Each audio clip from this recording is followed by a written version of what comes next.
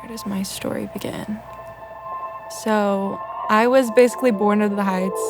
My family's been going here for a long time, and I had my baby dedication here. I went here all through my childhood. I was baptized when I was 8. That's when I accepted Christ. I was kind of just going through the motions. I believed in God, but I wasn't really growing at all. Once I started to just have some issues with the people that I knew in my class, I was like, why am I even here? I hate it here. I didn't feel like I could trust them and that they would be there for me or that they would understand what I was going through. You're not going to be friends with someone that you can't trust. And so I turned to these other people that I knew at school, and just as a result, they weren't growing me in my faith at all. In fact, they thought Christianity was ridiculous and they made fun of it all the time.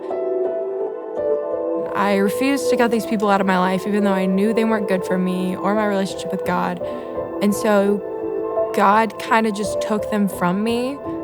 Suddenly it was like I was all alone and I had no one I could go to but God.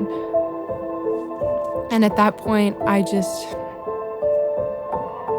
started actually going to church because I felt like that was the only way I could feel okay again. I felt so broken and just like a shell of a person.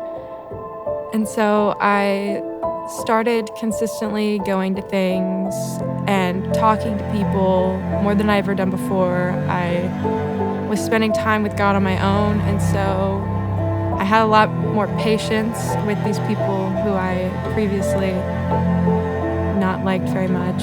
And we started slowly but surely repairing that trust, rebuilding it, becoming friends, and finding community within each other. I'm so glad that I hit rock bottom because I feel so it just felt like warm, like I felt so filled up by the Spirit, and I hadn't felt that for years. It's like when you're distant from God for a while, you forget what it's like to be with God, and then you finally get back in the presence of God and you're like, this is, I don't even have the words. It's just beautiful is the only word I have to describe it.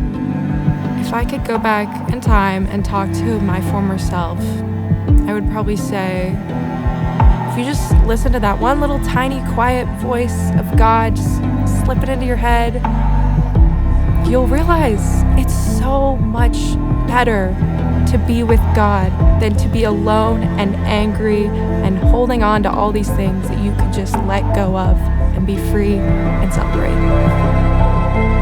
I'm Brooke Adams, and I have found my home in Jesus.